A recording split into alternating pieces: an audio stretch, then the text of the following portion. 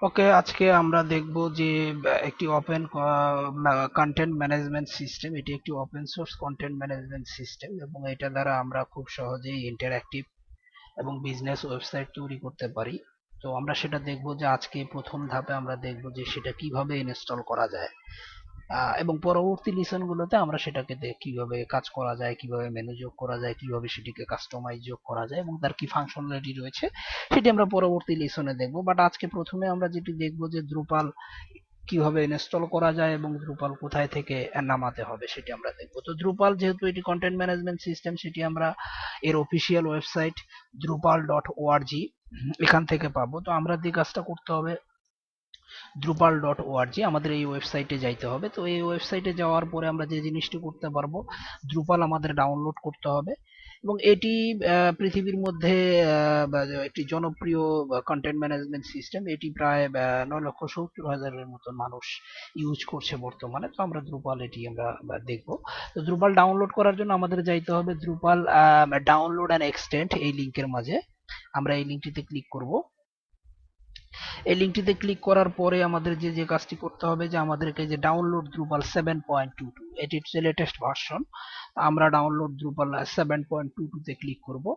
তো আমাদের এখানে ডাউনলোড অপশন চলে আসবে। আমাদের ডাউনলোড অপশন আসতেছে রিকমেন্ডেড রিলিজ 7.22। দুটো দুটো ফাইল সিস্টেমে রয়েছে, একটি টার আর একটি হচ্ছে জিপ। তো আমরা জিপটি ডাউনলোড করে নেব। যেহেতু আমার এখানে অলরেডি ডাউনলোড করা আছে, এখানে ক্লিক করলে আমাদের ডাউনলোড স্টার্ট হয়ে যাচ্ছে। বাট আমার এখানে যেহেতু অলরেডি দ্রুপাল ডাউনলোড করা রয়েছে, আমি আমি সেটা ওপেন করব। আমার এখানে ডাউনলোড করা আছে অলরেডি। আমি সেটি কপি করব। সেটি কপি করে আমাদের নিয়ে যেতে হবে লোকাল হোস্ট htdocs। আমাদের জানি যে আমরা আমাদের অলরেডি এখানে আহ, আমাদের দ্রুপাল ইনস্টল করা রয়েছে অলরেডি। দ্রুপাল ইনস্টল করা রয়েছে।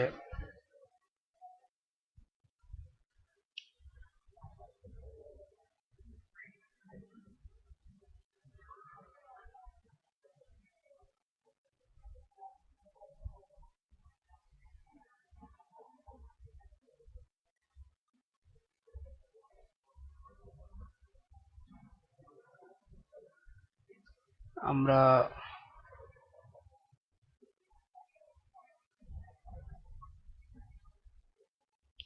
আমরা এই দ্রুপালটাকে কপি করে নিয়ে যাব।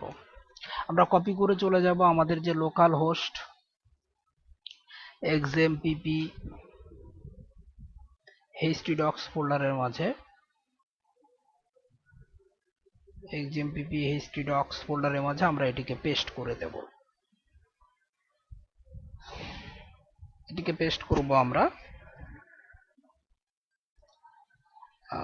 এটি আমরা পেস্ট করলাম। তো ডাউনলোড করার পরে আমাদেরকে কিন্তু এক্সট্রাক্ট করে নিতে হবে। এক্সট্রাক্ট করার পরেই দ্রুপাল ফোল্ডারটা আমাদের এখানে কপি করে নিয়ে আসতে হবে। এরপরে আমরা যে কাজটি করব, যে ওয়েব ব্রাউজারের মধ্যে গিয়ে, যেহেতু আমাদের xmpp htdocs ফোল্ডারটি একটি লোকাল হোস্ট, তো আমরা এটিকে লোকাল হোস্ট ড্রাইভে লোকাল হোস্ট স্ল্যাশ দ্রুপাল দিলে এটি আমাদের ওপেন হবে এবং ইনস্টলেশন প্যানেল চলে আসবে। তো আমরা দুটি মেথড অনুযায়ী আমরা এটাকে ইনস্টল করতে পারি। একটি আছে হচ্ছে স্ট্যান্ডার্ড এবং আরেকটি হচ্ছে মিনিমাল। মিনিমাল হচ্ছে যে প্রিডিফাইন্ড কোনো ধরনের মডিউল ব্লক ভিউজ ছাড়াই এটা আমাদের ইনস্টল হবে। আর স্ট্যান্ডার্ড হচ্ছে যে কিছু স্যাম্পল ডাটা সহ আমাদের এখানে ইনস্টল হবে। তো আমরা যেহেতু নতুন, সেহেতু আমরা এখানে কিছু স্যাম্পল ডাটা সহ আমরা এখানে ইনস্টল করবো। তো যে অবস্থায় সিলেক্ট করা আছে সে অবস্থায় থাকবে এবং আমরা সেভ এন্ড কন্টিনিউ দেবো। এরপরে আমাদের আসবে হচ্ছে ল্যাঙ্গুয়েজ সিলেকশন অপশন। এখান থেকে আমরা ল্যাঙ্গুয়েজ সিলেক্ট করব। বাই ডিফল্ট আমাদের ইংলিশ ল্যাঙ্গুয়েজ সিলেক্ট করা থাকে।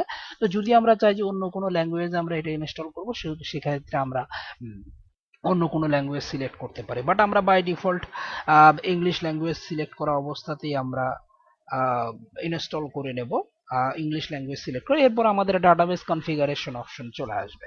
তো বাই ডিফল্ট মাইএসকিউএল ডাটাবেস, আমরা জানি যেহেতু দ্রুপাল দুটি ল্যাঙ্গুয়েজ ডাটাবেস সাপোর্ট করে থাকে, একটি হচ্ছে মাইএসকিউএল আর একটি হচ্ছে এসকিউলাইট। তো আমাদের মাইএসকিউএল সিলেক্ট করা থাকবে। এক্ষেত্রে এরপরে আমাদের যে কাজটি করতে হবে, যে এখানে আমাদের ডেটাবেস নেমটি বসাতে হবে। তো ডাটাবেস নেম আমরা ডাটাবেস আমাদের একটি তৈরি করতে হবে লোকাল হোস্টের মধ্যে। আমরা জানি যে এক্সএমপিপি তে লোকাল হোস্ট পিএইচপি মাই অ্যাডমিনে ডেটাবেস তৈরি করা যায়। আমরা পিএইচপি মাই অ্যাডমিনে চলে যাব এবং এই যে ক্রিয়েট এ নিউ ডাটাবেস, এই জায়গায় আমরা একটি ডাটাবেসের নাম দিব দ্রুপাল এবং ক্রিয়েট।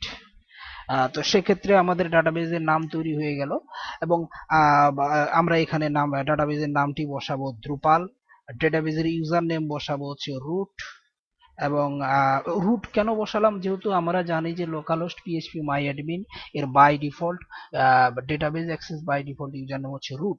তবে আমরা যদি চাই যে আমরা নতুন কোনো ইউজার নেম বা পাসওয়ার্ড এখানে আমরা বসাতে পারি, তাহলে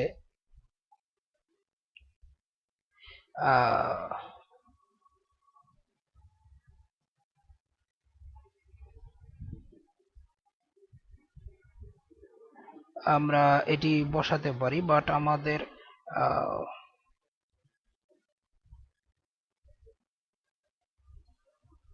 আমরা এটি একটি নতুন ইউজার দেখতে পাচ্ছি, এটা আমরা ডিলিট করে দেব।